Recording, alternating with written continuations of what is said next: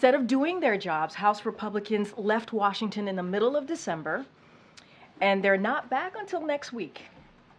The American people want Congress to work with the president to take care and work on real issues that matter in their lives. That's what the American people want to see. But instead of entering this year with a new approach to deliver for the American people, House Republicans are prioritizing baseless impeachment stunts. In fact, earlier today, House Republicans said, and I quote, "We'll shut the government down. We control the money."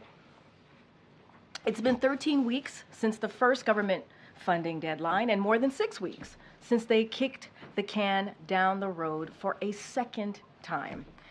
It's time for House Republicans to get serious, do their jobs, and deliver for the American people. It shouldn't be hard to fund the government. It is truly their basic duty, so they should get to work.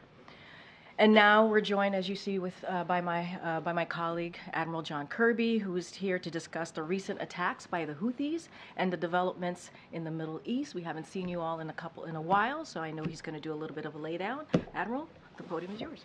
Good afternoon, everybody. As Karine said, it's been a little bit of a while here since we've had a chance to talk, so I just wanted to give you a laydown of where things stand in the Middle East over the holidays. The President received regular updates from his National Security Advisor, Mr. Sullivan, as well as the National Security Team, and as you all know, he had the chance to speak again with Prime Minister Netanyahu yesterday. Mr. Sullivan held a phone call with Israel's Minister of Strategic Affairs, Ron Dermer, where they discussed ongoing Israeli military operations and ongoing efforts to see if we can't secure the release of the remaining hostages. The United States remains focused on working with a range of partners to help Israel defend itself, to surge humanitarian assistance to civilians in Gaza, and of course to defend our national security interests in the region. That most certainly includes protecting the free flow of international commerce in the Red Sea. Now, to accomplish these goals, we have established and will continue to maintain a significant force presence in the Middle East. This includes an aircraft carrier strike group centered around the USS Dwight D. Eisenhower with its embarked air wing of some 80 aircraft, as well as an amphibious ready group with its embarked 26th Marine Expeditionary Unit. That amphibious ready group, led by the assault ship USS Bataan, was moved into the eastern Mediterranean in recent days, coinciding with the departure of the aircraft carrier Gerald R. Ford. Now, between the Bataan and the two other ships of her group, the USS Mesa Verde and the USS Carter Hall, this consolidates in that part of the Mediterranean more than 4,000 sailors and Marines and more than 50 aircraft. An amphibious ready group with an embarked Marine Expeditionary Unit is capable of a wide range of operations, and because it is sea-based, remains a highly flexible option to any commander-in-chief when it comes to the potential use of force. These ships and their Marines are augmented by 3 additional squadrons of fighter and attack aircraft that are based ashore, and additional highly capable warships at sea, including a number of destroyers that are specifically designed for ballistic missile defense. Some of those warships are operating in the Red Sea, where they, alongside the ship's aircraft and capabilities of more than 20 other nations, continue to counter Houthi attacks on civilian maritime shipping. You've all seen in the last couple of days what these ships have been able to do in terms of knocking things out of the sky. All told, these U.S. and coalition ships and aircraft contribute to an impressive air and missile defense capability, as well as robust intelligence, surveillance, and reconnaissance capabilities, not to mention offensive and defensive military power. As the President has made clear, the United States does not seek conflict with any nation or actor in the Middle East, nor do we want to see the war between Israel and Hamas widen in the region. But neither will we shrink from the task of defending ourselves, our interests, our partners, or the free flow of international commerce. That's why, earlier today, we released a joint statement alongside 11 countries condemning Houthi attacks on commercial vessels in the Red Sea, one of the world's most critical waterways, and reiterating that these attacks must cease immediately. And just after we released that statement, Singapore came on board. So now there's 13 nations that have signed up to that statement. As we've made clear, these actions directly threaten freedom of navigation and global trade, and they put innocent lives at risk. This joint statement demonstrates the resolve of global partners against these unlawful attacks and underlines our commitment to holding malign actors accountable for their actions. Lastly, as you've seen, Now, in addition to this release, well, I think that's it. We'll take questions. Sorry. Thank you. I wanted to ask about Iran. Does the United States have any idea who might be behind the bombings there today? And secondly, does the U.S. think the killing of the Hamas leader in Beirut has significantly changed the strength of Hamas? So on your first question, we aren't at a point now where we have a lot of great detail on this bombing. Certainly, our hearts go out to all the innocent victims and their family members who are obviously their lives are going to be forever changed by this. But we don't have any more detail in terms of how it happened or who might be responsible for it. On your second question, again, I would point you to our Israeli partners to talk more about this. We're again not in a position to confirm the specific reports. I would just tell you that al-Huri was a noted, designated global terrorist, and if he is in fact dead, nobody should be shedding a tear over his loss. I know you said you don't have any great detail on who was responsible, but can you rule out that Israel had anything to do with this? We have no indication at this time at all that Israel was involved in any way whatsoever. No indication, but just to be clear, you don't think, did they support or assist in some other way? I'm not going to speak for another nation. I would just tell you that we have no indication that Israel was in any way involved in this. And given that this was the Soleimani anniversary, did you have any intelligence that something was being planned for this day? We certainly had no indications that there would be some sort of violence surrounding the anniversary of his death. Just to follow up on the Lebanon issue, is there any concern that that particular strike might expand the conflict regionally? Well, I would just say, Trevor, everything that we've done, in fact, the laydown I just offered of the force posture changes that the president has ordered in the region has been designed to prevent an escalation or widening or deepening of this conflict.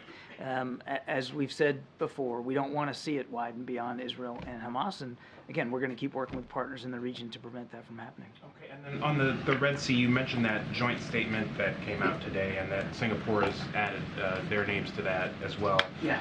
But that is just 13 countries total. That's smaller than the 44 that issued a statement in December, and countries that you would think would be on that list, like France, are not. Is there a reason why that's not a broader group of countries that signed on? I mean, first of all, 13 other nations signing up to language like that, or 13 total nations, 12 others than us, I think is significant. Other nations can speak for themselves about their decision-making with respect to signing on to public statements. There are, as you know, many nations that are assisting us in Operation Prosperity Guardian in the Red Sea that don't want to be public, that are contributing capabilities, but they don't want it public. So I think you're seeing an increasing number of nations around the world, particularly as commerce in the Red Sea gets affected. And shipping companies are making difficult decisions about whether to transit the Red Sea and the impact that it's beginning to have on global commerce. Countries are more and more becoming aware of this increasing threat to the free flow of commerce in the Red Sea by the Houthis, and are increasingly being willing to express their discomfort with that. John, thanks so much. Is it the White House's view that the elimination of Hamas is an attainable goal? What we've said before is, well, first of all, the Israelis should speak to their military goals. We have said that we absolutely believe they have the right and responsibility to eliminate the threat that Hamas poses to the Israeli people. Now, they have said for themselves, Peter, that the way they're going about that is really targeting infrastructure, tunnels and command and control nodes, as well as leadership. It is not that unusual or different approach than we took ourselves in places like Iraq and Afghanistan, going after the leadership network. Now, you can certainly significantly degrade a terrorist organization's ability to operate, train, and conduct attacks by going after its leadership. You are probably not going to eliminate the ideology which underpins that group, and we've seen that. Al-Qaeda, ISIS, other groups. So let me be clear, there is a difference between language the U.S. has used in the past with the language degrade, to try to degrade the leadership and the ability to attack. So does the U.S., just to be clear, I understand Israel's role in this, does the U.S. believe the elimination of Hamas, though, is an attainable goal? We believe that it is absolutely an attainable goal for the Israeli military forces to degrade and defeat Hamas's abilities to conduct attacks inside Israel. It can be done militarily. Are you going to eliminate the ideology? No. And are you likely going to erase the group from existence? Probably not. But can you eliminate the threat that Hamas poses to the Israeli people? Absolutely. Okay, let me ask you another question if I can. We've been talking about the Houthis here. We heard from Maersk and some of these other companies that obviously the Danish shipping giant that paused its operations in the Gulf of Aden and in the Red Sea. A lot of other shipping companies are either pausing or rerouting right now. How concerned is the United States that these shipping companies may be pausing or trying to find other routes or revisiting that region altogether right now, given the impact it could have on the United States in terms of supply chain, inflation, whatever else? Well, if we weren't concerned, we wouldn't have stood up an operation in the Red Sea now consisting of more than 20 nations to try to protect that commerce. The Red Sea is a vital waterway. A significant amount of global trade flows through that Red Sea, and by forcing nations to go around the Cape of Good Hope, I mean, you're adding weeks and weeks onto voyages, and untold resources now, expenses have to be applied in order to do that. Plus, it's just a more dangerous journey. So obviously, there's a concern about the impact on global commerce. Is this a pocketbook issue that Americans could be concerned about, given the supply We chain? haven't seen that effect yet. At risk of being. It would depend on how long this threat goes and on how much more energetic the Houthis think that they might become. I mean, right now we haven't seen an uptick or a specific effect on the U.S. economy, but make no mistake, it is a key international waterway, and it can have an effect on the global economy. Thank you, Karine. Thanks, John. To follow up on the eradication of Hamas, does the U.S. know how many more members of Hamas are left to eradicate? We have estimates. I'm loath to put the numbers out there right now because they are just estimates. But Hamas still has a significant force posture inside Gaza. Is there any way you can characterize the progress that's been made in terms of percentage? How is Israel done, basically? If it's their operation, obviously you're keeping track of progress. I've been trying real hard not to give them a report card here, and I think that's a wise thing for us to do, is to refrain from analyzing and armchair quarterbacking their military operations. They themselves have said that they have targeted and been successful against a range of leadership of Hamas, certainly at the brigade level and higher. And remember, these guys are organized like a military. It's not just some ragtag group of terrorists. I mean, they have a pretty sophisticated military underpinning and structure to them, and they've gone after quite a bit of those leaders. They've gone after a lot of their mid-range and lower-level fighters as well. I think I'm going to let Israel characterize how they've been doing, but they have, without question, let me just say this broadly, they have had an effect on Hamas's ability to command and control itself, to resource itself, and quite frankly, to lead their troops. And just one quick clarification on the airstrike in Lebanon. Is the U.S. assessing to try to determine who is responsible for that? For which one? The airstrike in Lebanon that killed the Hamas leader. I'm not aware of any efforts of the United States to assess that or to analyze that. We certainly weren't involved in any way whatsoever. Thank you so much, John. Moving on to Ukraine, first of all, just your assessment of what we've seen in the last few days, but then also there's a Newsweek report that the U.S. is going to destroy several hundred quote-unquote expired ATACMS, which is, of course, a weapon that President Zelensky has asked for specifically. Can you confirm that? And is it possible that the U.S. could send those to Ukraine? And would that be a political decision or a military decision? I cannot confirm those reports. That's really a better question put to the Department of Defense. How about a lay of the land in the last few days, where we are? I mean, look, just broadly speaking, in the last 48 to 72 hours, you all seen, that Russia continues to launch drone and missile attacks, including ballistic missile attacks, on targets inside Ukraine, to include not only military targets in Ukraine, but civilian targets in Ukraine, to continue to try to weaponize winter, to go after their infrastructure. I mean, so for all the ballyhoo that I heard in the last few days about Mr. Putin and some press reports that he's all of a sudden willing to negotiate, he sure doesn't act like a guy who's willing to negotiate. He's doing everything he can to try to put the Ukrainians on their back feet, which is why it's so important that this supplemental funding request that the president put forward gets passed. We have given now Ukraine the last security assistance package that we have funds to support right before New Year's, right after Christmas. And we've got to get support from Congress so we can continue to do that. Israel too. South Africa's filed this 84-page lawsuit against Israel, accusing them of genocide. Israel says that this is blood libel. Does Washington agree? And where does this put Washington and Pretoria? We find this submission meritless, counterproductive, and completely without any basis in fact whatsoever. Thanks a lot, John. What's the U.S. assessment of the larger goal that Israel has set to eradicate Hamas? Is that still considered to be a realistic and wise military objective? I think I just answered that with Peter. We don't believe that military attacks alone are going to eradicate an ideology. And it's not likely that you're going to get rid of every single Hamas fighter. So in that sense, I mean, you still have to reconcile yourself with the fact that there may still be some Hamas around, even when your military operation is over. That said, what they absolutely can do is eradicate the threat that Hamas poses to the Israeli people. And you can do that by going after leadership. You can do that by going after their infrastructure. You can do that by going after their resource. And we showed that with respect to ISIS and Al-Qaeda. It can be done.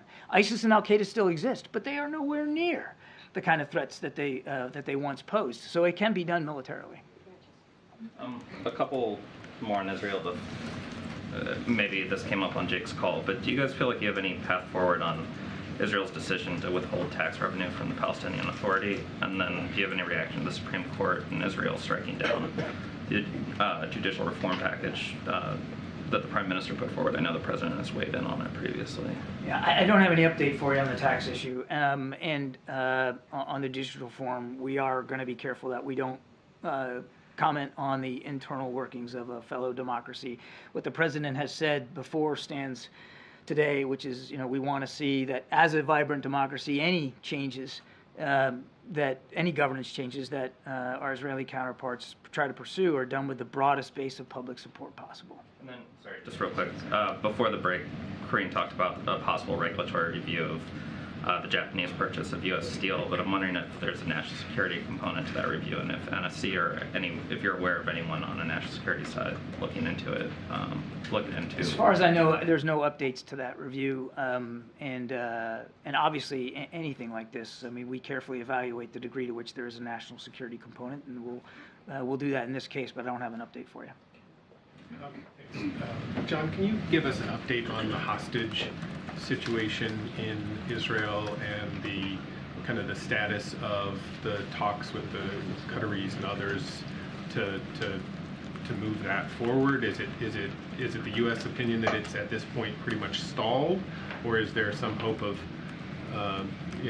reviving that in the near future? Well, there's always hope, and we're not going to stop hoping to try to get all those hostages home. What I can tell you is that the conversations are ongoing, they're real, and we are pursuing them with the same sense of energy that we were, a month or two ago when we were able to get some 50 hostages out.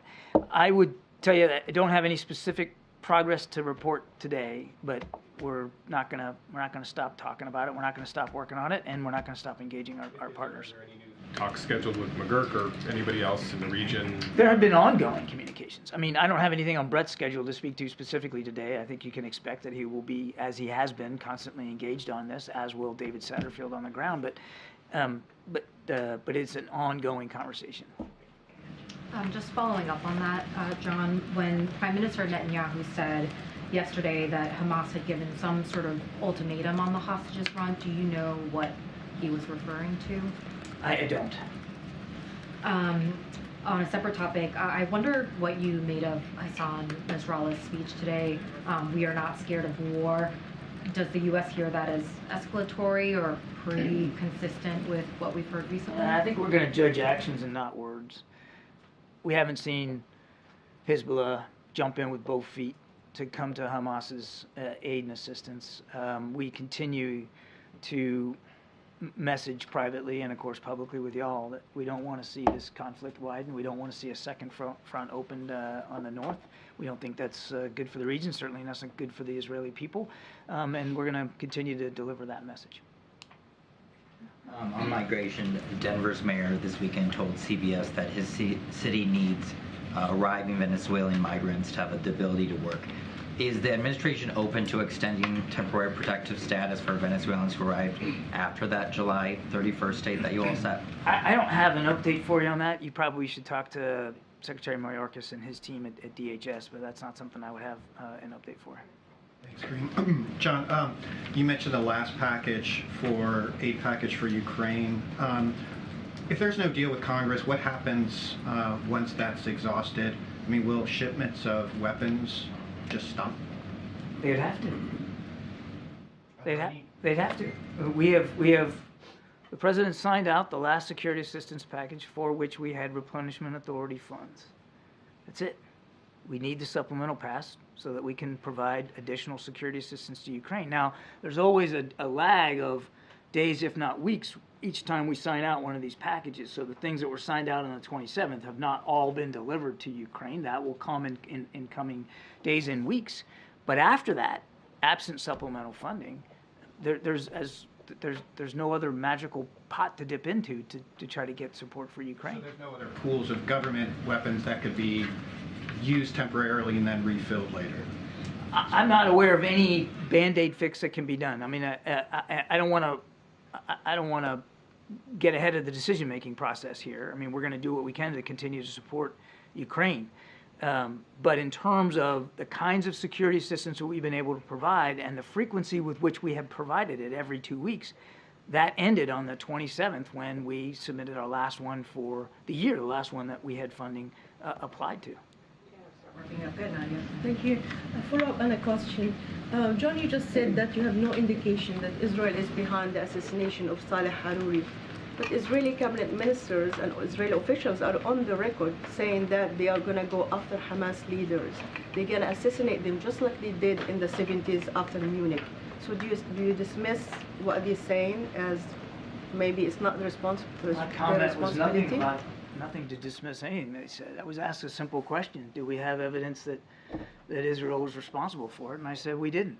Now, Israel, as I've said before, has a right and responsibility to go after the threat that Hamas poses, which means they have a right and responsibility to go after the leadership of Hamas. Now, as I've also said many, many times from the podium, we expect that they'll do that in accordance with international law. And a question: yesterday, the State Department condemned the statement of two Israeli cabinet ministers calling for the displacement of Palestinians. Yeah. And I'm sure that's a position of the White House as well. It is. But practically, how do you enforce that? You have so much leverage over Israel. Apart from condemnation, what practically can you do to stop this plan? Because Netanyahu defiantly challenged the White House when it comes to a state solution and other issues with keeping soldiers in the northern part of Gaza. First of all, I don't think we can call it a plan. These are comments by two cabinet officers. That doesn't constitute an Israeli plan to relocate people out of Gaza. So I don't think we should get ahead of where we are right now. And you're right, that statement does speak for the United States government and for this administration in terms of our complete refusal and rebuke of any forced displacement outside of Gaza of any Palestinians. We have made that clear to our Israeli counterparts in private sessions. We certainly have made that publicly, and that's not going to change. Thank you, Karine. Admiral, back to Ukraine for a minute. It was well chronicled earlier in the war the heavy losses the Russian military took in terms of equipment, firepower, and such. In the wake of this recent barrage, though, launched on these Ukrainian cities, what is the current U.S. assessment of just what the Russian military's currently capabilities? Interesting that they have to keep reaching out to other countries to shore up their inventory of artillery shells and missiles and, of course, drones, A lot of these drones that were launched in the last 72 hours were Iranian-made or Iranian-designed drones. We know that this war has had an impact on Mr. Putin's war-making capability, particularly when it comes to munitions, artillery, drones, missiles. We also know that he still has a sizable amount of his Air Force available to him, a sizable amount of his ground mechanized capability available to him.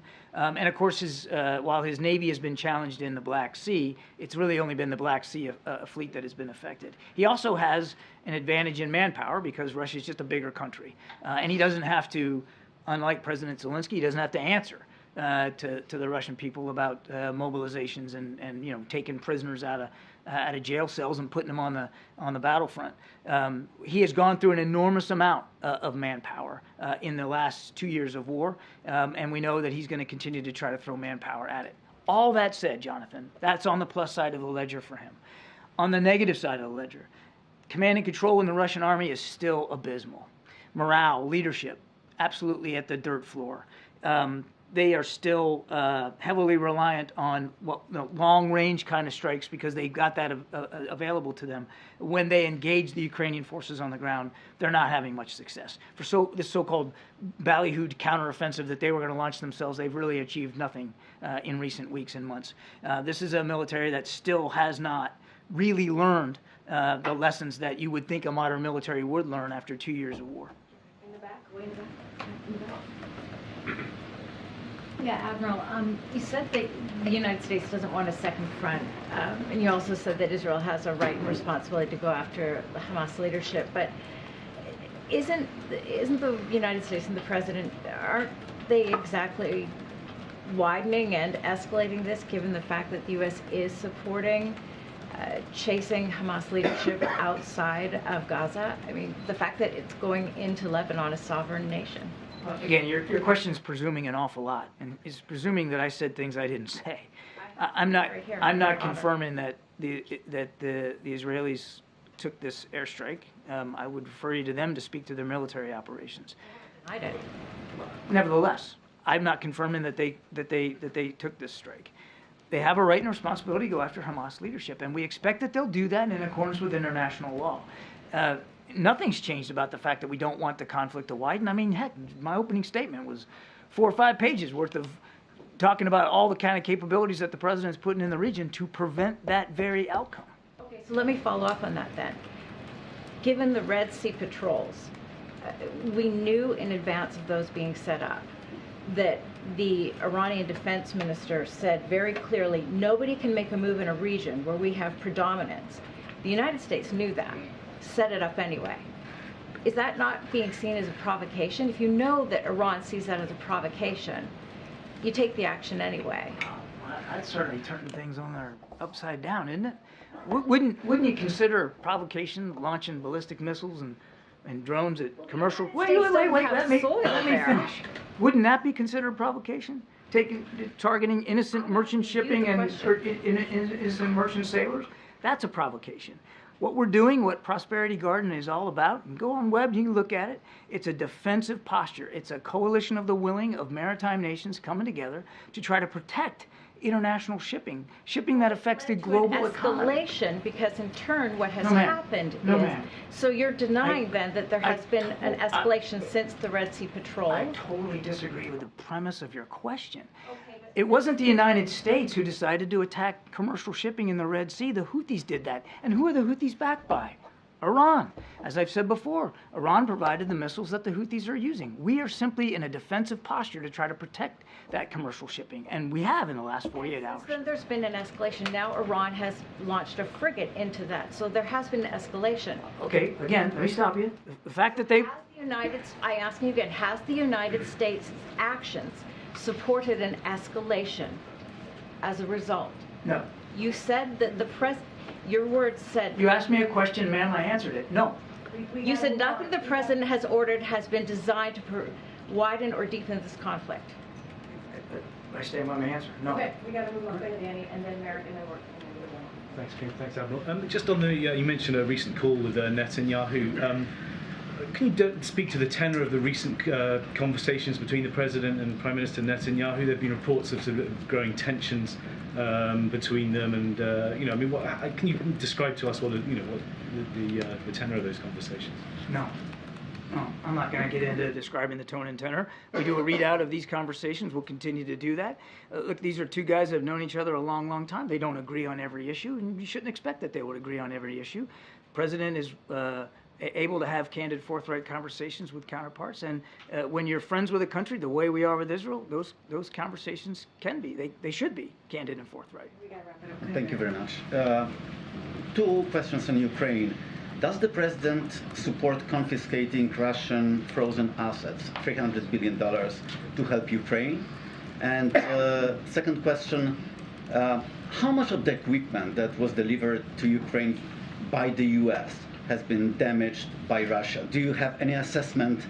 What are their capabilities in terms of the equipment delivered by the West and the United States? On your first question, we're still talking to partners about what reconstruction and recovery needs to look like in Ukraine after the war, but obviously our main focus right now is helping them in this fight against Russian aggression. And on your second question, that's a better question put to the Ukrainian Defense Forces, not the United States.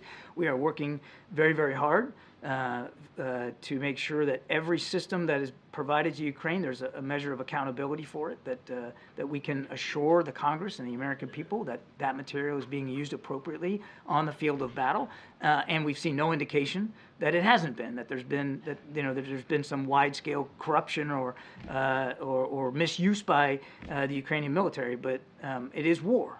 It is war. And these things are sometimes being expended hand to mouth. I mean, they no sooner get into Ukraine than the Ukrainians are firing them at Russian troops.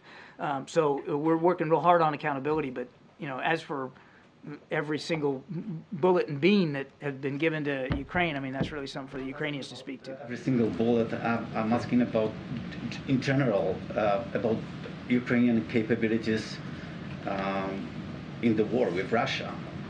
Are you tracking those? Of course we are. Yeah. In fact, we added expertise and individuals to the team in Kyiv, specifically for accountability purposes. And the Ukrainians understand our need for accountability. They share that, and they have made it clear that they're willing to work with us on accountability measures for all the systems that are being provided. I would just tell you, broadly speaking, without speaking to every single artillery shell, the kinds of material we give Ukraine is given to them with thoughtful deliberation based on what they say they need in the moment and in coming weeks. And we've seen that with every package that we've delivered. Number two, as I said, in many cases, this stuff is going right from the trucks and the trains to the hands of a soldier on the battlefield. Not everyone, but oftentimes it's that fast. They are using these things appropriately in defense of their country. Thanks, Admiral. Thank you. Appreciate it. Thank you, John. Thank you so much. Okay, Darlene, good to see you. You want to reset us and start us off again? Sure, good to see you too. For the first time in the U.S., there are wind turbines that have sent electricity to the grid. There's a wind farm off the coast of Massachusetts. It delivered some power just before midnight on Wednesday. It's a project the Biden administration had signed off on, and I was just wondering if the president supports this kind of energy. Is he aware? Any reaction that you can share? So I don't have a reaction for you at this time. I would have to get back to the team, and I certainly have not spoken to the president about this particular issue. As you just stated, that is something that we are, when it comes to wind turbines. You've seen the president visit many manufacturing factories where they are certainly leading with that and manufacturing those wind turbines. So certainly that is part of our climate change, certainly initiative, clean energy. So that's certainly something that we have been very much backing and supporting. But that particular issue, I have not touched base with the president about. And then two other quick ones. Will the president have a public schedule tomorrow or Friday? I don't have anything at this time for you. As you know, he will be traveling on Saturday for January 6th to Pennsylvania. That is something that the campaign is putting together. So if you have any specific details, we certainly make sure that you reach out to them. Just don't have anything else on his schedule for the next day or two. And is there a list of the scholars and the historians that the press office said he had lunch with today So, in the lead up to the January 6th? I don't have a list to share at this time. For folks who are not tracking, this afternoon the president met or had lunch with a group of scholars and historians to discuss ongoing threats to our democracy, whether here and also abroad. This is something that he tends to do, especially as we head towards an important day like January 6th. So it's something that it is commonly done. He's done it. He's met with a diverse group of historians before. I don't have a list to provide to you at this time. Thanks, Karine. On the scholars and historians meeting, that statement referenced threats to democratic institutions in the country. Does the president think that there are any specific policy changes that are needed to strengthen institutions ahead of the elections? I don't have any policies to announce or preview for you at this time. Look, the president has always been clear. I've been clear from this podium as well. What happened on January 6th was unprecedented, an attack on our core principles, an attack on our democracy. What we saw was an attack on our rule of law, attack on our Constitution. We saw the Confederate flag in the middle of the Capitol building. It was a terrifying and horrific day, and a dark day in our history, sadly. But I just don't have, as far as policy-wise and our strengthening our institutions, don't have anything to share at this time. But specifically, does he think the United States is ready to have free and fair elections in November? Well, we have to. I mean, that is what we need. We have to. That's what the president believes in, right? He believes in having a democracy that works, on having a free and fair election. That's something that he has spoken to, obviously. But I don't, as far as our policies for our institutions, announcing any new policy, I don't have anything just announced at this time. But clearly, that is something that the different agencies who are involved are certainly making sure that we get to a place that where Americans are able to vote freely in November. And do you have any reaction to the new data out of Treasury that the national debt has hit a record $34 trillion?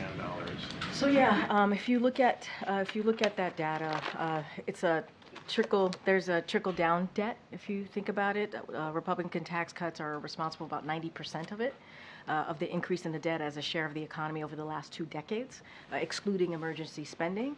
And so, as we know, you've heard me say this, you've heard the president speak to this, of what he has done to certainly lower the debt. He signed a legislation to lower the deficit by $1 trillion, right? When you think about the Inflation Reduction Act, that's going to lower prescription drug costs and cracking down on the wealth tax cheats that we've seen. And then his agenda would cut the deficit another $2.5 trillion by making the wealthy pay their fair share. So that is what the president has done. What we've seen on the other side is the complete opposite. What they've tried to do is continue to give a tax break to the millionaires and the billionaires, and that what they have actually put forward would add more than $3 trillion to the debt. So that's what that data shows us, and that's what we have done to try to make sure, and the president has been very, very deliberate about this, to make sure that we do everything we can to certainly deal with the debt. Get him, Jen. Thanks, Karine. Has the president been briefed on the imam who was shot and wounded outside of a New Jersey mosque this morning? Obviously, there's serious concern about this having been an act that was driven by Islamophobia. Just wondered what the White House...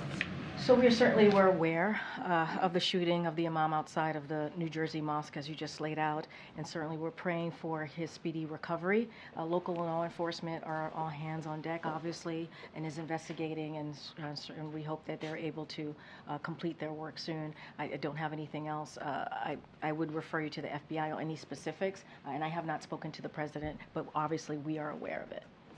And just given that this is the first briefing of the new calendar year, is there a way in which you could sum up sort of what the president's top priorities are as we head into a new year, particularly given that this is the last year of his first term?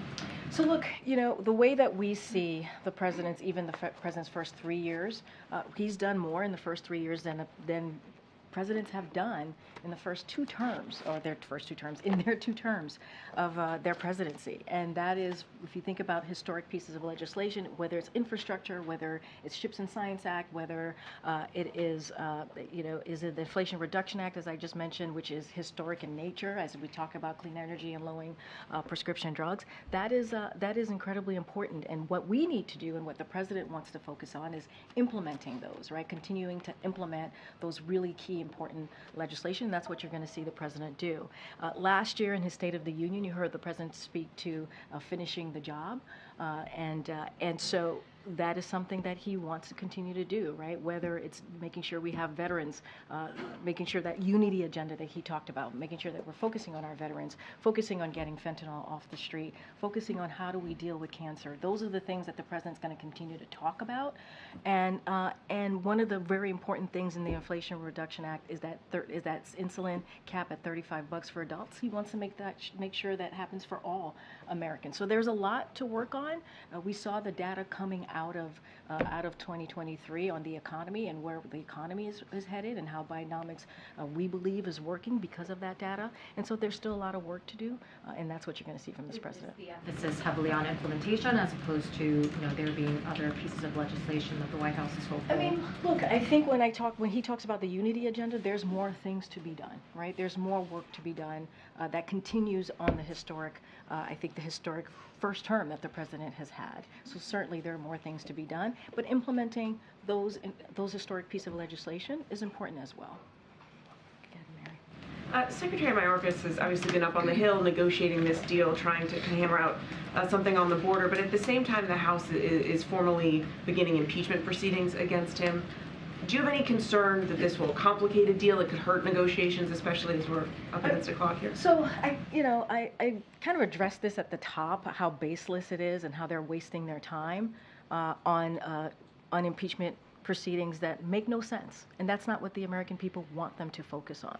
And that's certainly, we see that from House Republicans, obviously, and it's a political stunt. It's baseless. It's purely baseless. And instead of coming together to deal with potentially what's going to happen on January 19th, a shutdown, instead of dealing with that and really keeping to their word of that bipartisan agreement that the president did and made back in 2023, and keeping that deal, 2/3 of House Republicans voted for that. We saw bipartisan support in the Senate. And what they're doing is they're not doing their job. They're focusing on something that Americans do not want to see. They want us to deliver on things that matter to them. But regardless of that, are you concerned that the fact that they are taking this action, even if you disagree with it, that it's going to make this more difficult, that it's going to complicate all of this? We think it's baseless, and we think it's a waste of time, and we think it's not the focus that they should have. That's not the focus that Americans want them to have. And so, look, we were able to come together, when you think about the budget, when you think about where we're headed potentially on the 19th, to come with a bipartisan agreement to keep the government open. That was done in a bipartisan way. 2/3 of House Republicans voted for that. So we could get this done. They agreed on it. But yet they want to focus on something that is not going to keep the government open, that's for sure. Okay, Karine. Last night the president said that he needed more money to protect the U.S. southern border. Give me the money. Does he think it's a lack of money, a lack of funding that has led to the current situation at the border? I mean, look, it's certainly there's a reason. Let me step back for a second. If you look at the national security supplemental that the president put forward, he put border security in there, right? Because he believes in order to get the work done at the border, we need more resources. DHS needs more resources. Our Border Patrol agents need more resources. We need more immigration judges. We need more resources to get this done. We need the technology at the border to deal with what's going on with migrants at the border. And last May, the Speaker and the Republicans in the House, they voted to get rid of 2,000 Border Patrol agents. I mean, that's their focus. So of course, that's not helpful. So we need the resources to actually do the work, and they keep getting in the way. House Republicans keep getting in the way of doing the work to deal with what we're seeing at the border. So they're obstructing. House Republicans are obstructing. That's what they're doing right now. But does the president believe it's just a money issue, or does he think that the policies have to change? Well, I would remind you, Weijia, on the first day of his administration, he put forth a comprehensive immigration policy, legislation, and he presented that to Congress. And he did that because he understands that the immigration process or the system has been broken for decades. So obviously, we need to change policy and work on policy to deal with a broken system. So it's both. It is, and that's what you've been seeing from the Senate side. Both Republicans and Democrats have been talking and negotiating for the past couple of weeks on how to deal with the border situation, border security, and it's been a policy conversation and a funding conversation. So it's both. And does he have any New Year's resolutions? I don't have the president's New Year's resolution. I think what I will say is that the president wants to continue doing the job that he has said that he's going to do on behalf of the American people. That's what we have seen him do the last 3 years. I've talked about the historic piece of legislation that's actually going to deal with health care, going to deal with veterans' health, right? Going to deal with clean energy and climate change, going to deal with key issues that matter to the American people, Bidenomics, making sure that the economy works for all, we're building the middle class. Those are the things that the president's going to focus on. Go ahead, Justin. Two quick ones. The first, after the plane crash in Japan, I'm wondering both has the administration offered any support or is it working on the investigation of the crash, and has it prompted any review, especially of sort of tarmac safety procedures? Let me just first say, Justin, our hearts go out to the families of the Japanese service members who lost their lives in this terrible accident. So we're glad that the passengers and obviously the crew members were able to get out on the commercial flight was able to get out safely. That is incredibly important. Any specifics on any questions about investigations, that was something for the government of Japan to speak to. The resignation yesterday of Harvard's president seemed to generate a lot of conversation. I know the president, or you, weighed in after her testimony on Capitol Hill, but I'm wondering if you have a reaction. So, look, I know there's been a lot of coverage of this, and so I want to be very mindful and careful, and I've said this before, when it comes to either private institutions or colleges and universities, we're not going to comment. We're not going to comment on any personal decision that's been made. And I want to, as you asked, because you asked me our comments from here and what we said from here, we believe that this is a moment for leaders to have moral clarity. That we believe that is incredibly important at this time to have moral clarity, and look, any calls for genocide are monstrous and they're antithetical. There should not be a place for that in this country, and we're always going to call out hate, and we're always going to be very, very clear about that.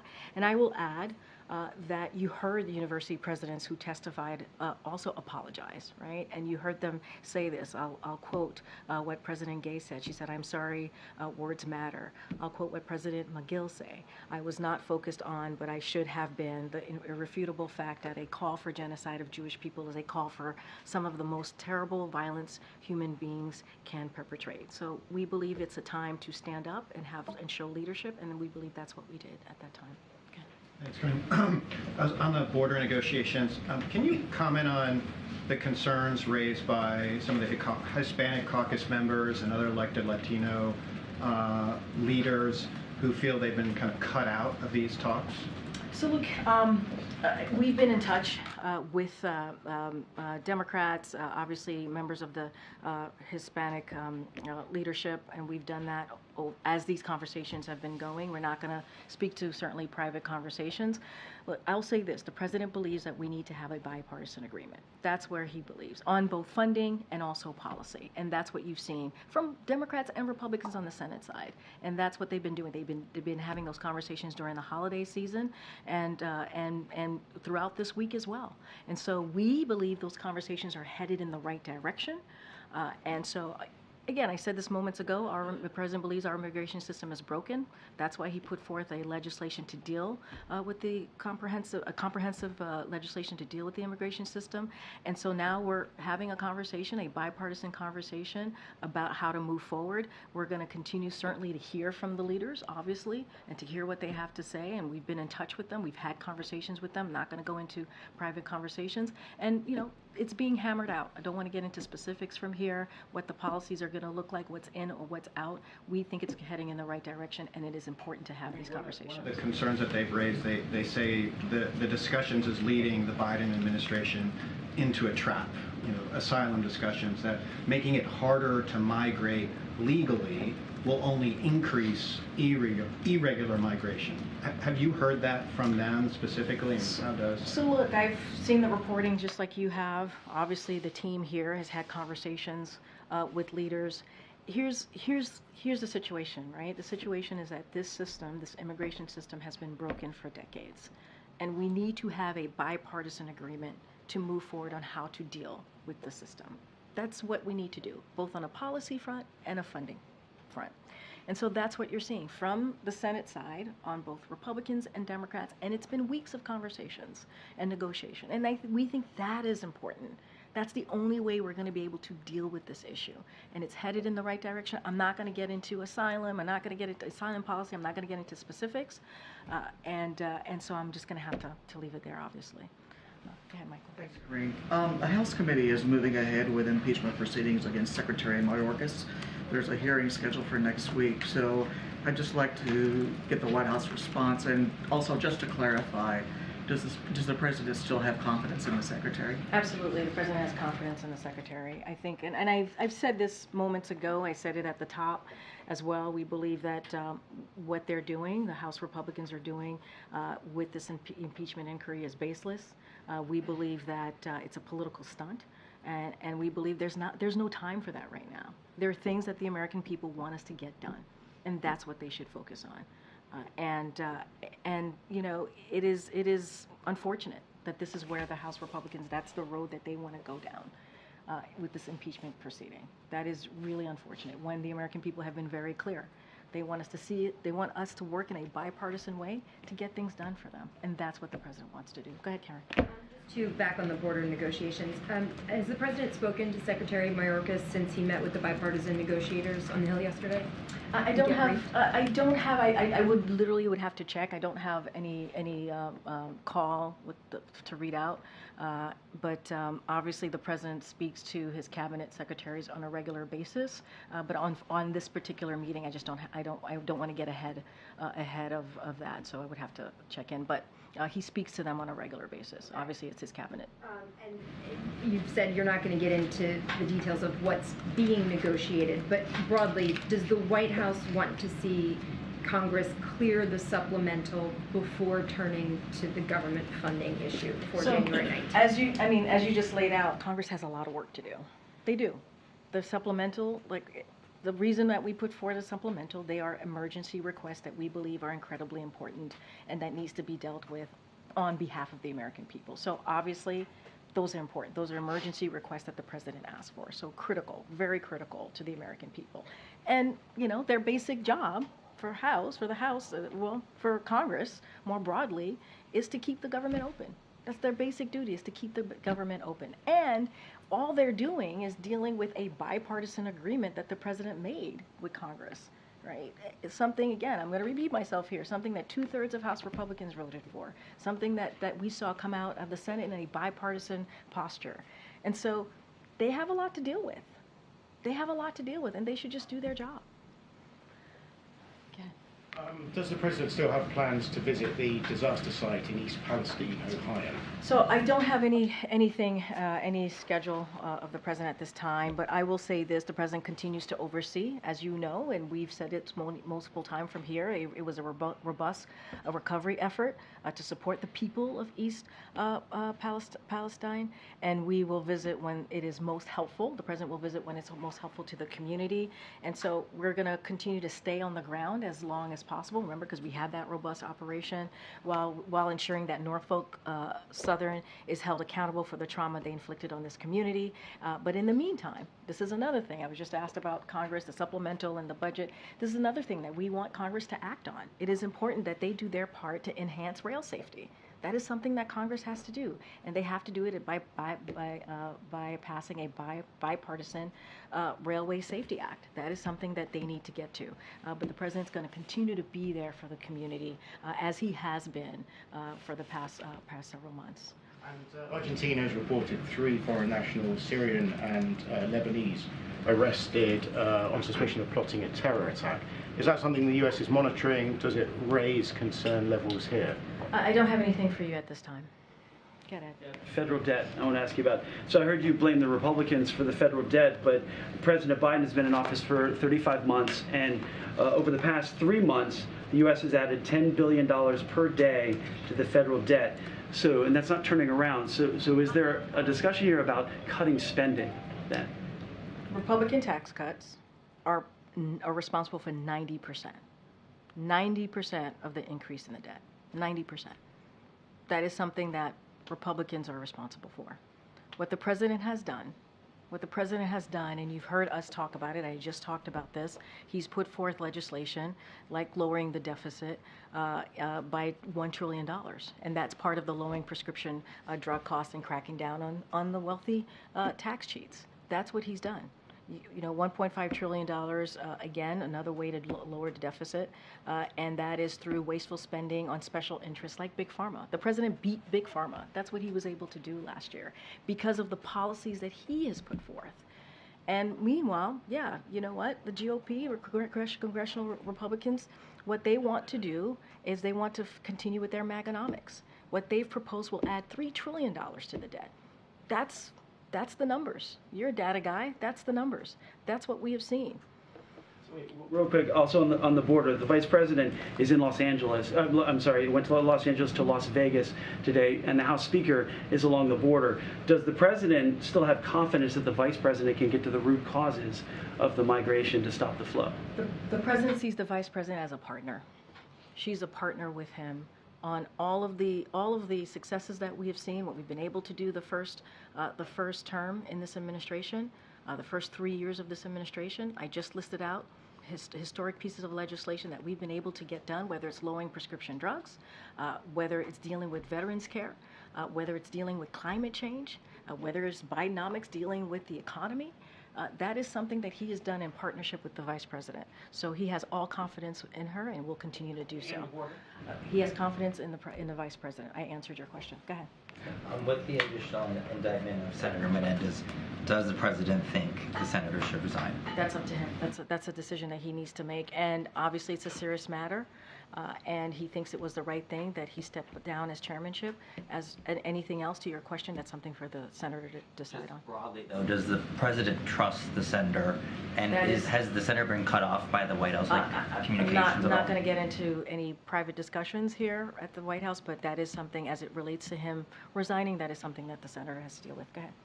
You mentioned the immigration proposal that the president put forward a few times. Are there any pieces of it that the president is now pushing for in these border talks? I'm not going to get into negotiations from here. Why is he not actively pushing for any parts of it? I didn't say he wasn't. I'm just saying I'm not negotiating from here. Okay. Thank you, Karine. A couple weeks ago, you had said what we're seeing at the border isn't unusual, but in the month of December, there were more than 302,000 migrant encounters, the highest total for a single month ever reported. So does the administration concede that what we're seeing now is unusual? What I said was, to be exact, is that what we're seeing at the U.S. is ebbs and flows in how many migrants arrive at the border. It's something that happens every year. It ebbs and flows. And it's fueled by efforts of smugglers to encourage irregular migration. And I will add, since May 12th, DHS has removed folks who have been here illegally, who were not here on a legal basis, about 460,000 people that they've been able to remove.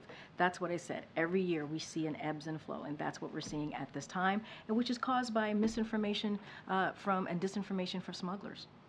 Well, ICE reported that they only deported 142,000 in all of fiscal year 2023.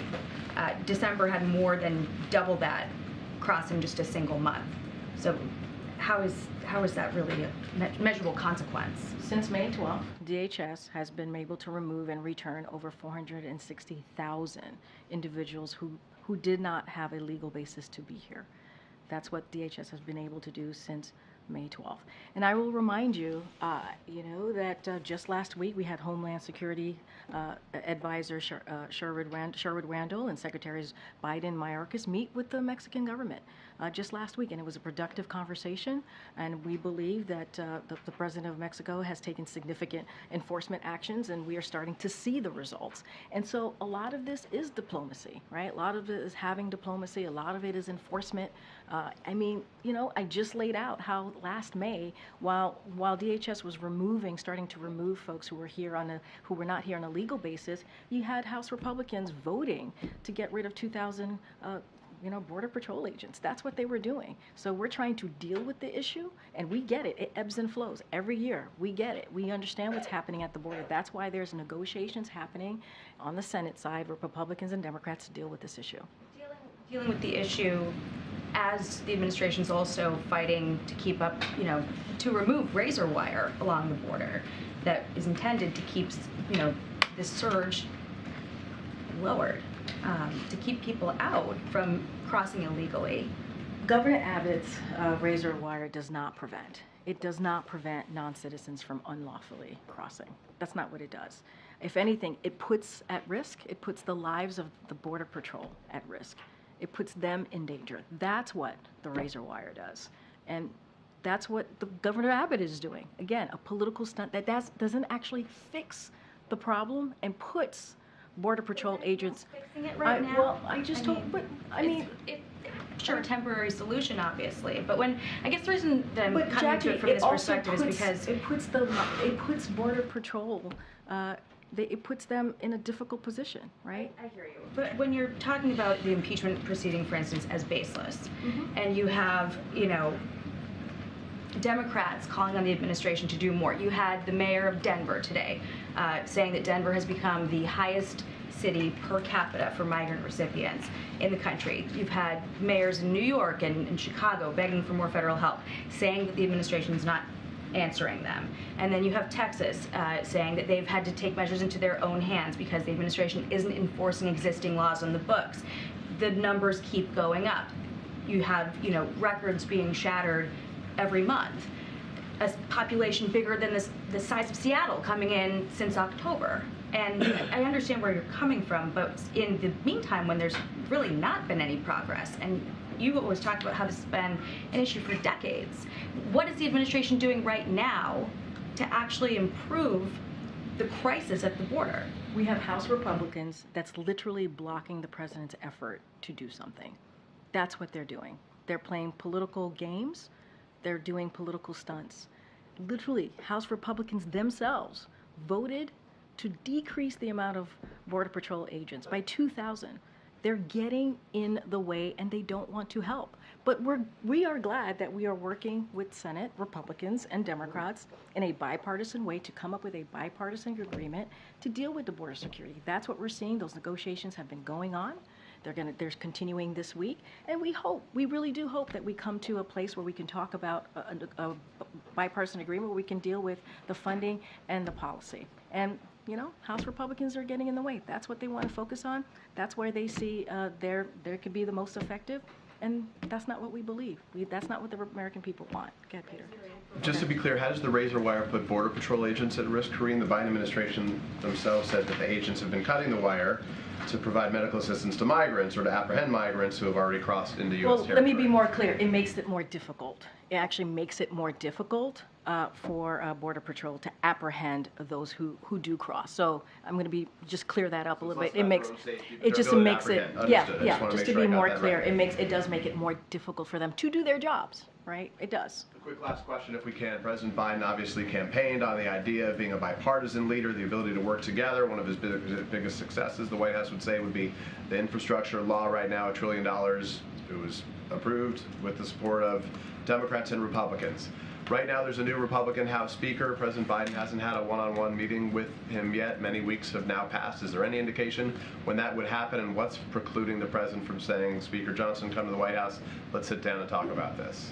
So here's what I'll say to that. You have Speaker Johnson, who has been very clear where he stands on the border, right? Who continues with the House Republicans to make this a political issue and to move forward with political stunts, and has blocked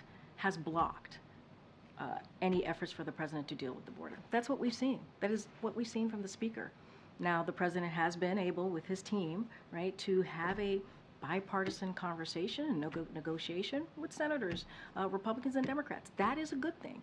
That is a good thing. We think those negotiations are headed in the right way as we talk about border security. And, we are hopeful. We are hopeful that we'll come to a place that we are dealing with an issue that Americans really care about. And that's where we are, Peter. That is where. The two sides to meet. I don't have anything to read out to you, but that is the playing field that we're seeing right now. That is. Thanks, everybody. I'll see you tomorrow.